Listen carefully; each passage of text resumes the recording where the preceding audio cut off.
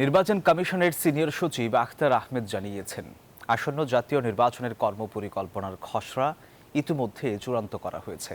চলতি সপ্তাহেই পূর্ণাঙ্গ রোডম্যাপ প্রকাশ করবে ইসি। সোমবার রাজধানীর আগারগাঁওয়ে নির্বাচন কমিশন ভবনে সাংবাদিকদের সঙ্গে আলাপকালে তিনি এই তথ্য জানান। বলেন, রোডম্যাপ বা কর্মপরিকল্পনার ড্রাফট হয়েছে, কমিশনের কাছে দেয়া হয়েছে। ভোট কেন্দ্র না বাড়িয়ে ভোটার উপস্থিতি বিবেচনায় নিলে যে ভোট কেন্দ্র আছে তাতেই জাতীয় নির্বাচন করা যাবে মন্তব্য করে তিনি বলেন, নিবন্ধন আবেদন করা ২২টি রাজনৈতিক দলের মধ্যে কাউকে নিবন্ধন না দিলে কোন শর্তের ভিত্তিতে দেয়া হয়নি তা জানিয়ে দেয়া হবে।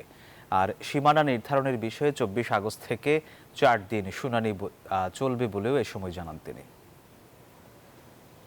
ভোট কেন্দ্রের সংখ্যা বাড়বে না এর অর্থ এই না যে অতীতে যা ছিল সেটাই একদম হুবহু এটা রাখতে হবে বা সংখ্যা যৌক্তিক বিবেচনায় যদি বাড়ে সেটা ভোট কেন্দ্র না বাড়িয়েও শুধু ভোটার উপস্থিতির বিষয়টাকে যদি আমরা বিবেচনায় নেই তাহলে আমরা হয়তো দেখা যাবে যে এটাকে সমন্বয় করতে পারছি।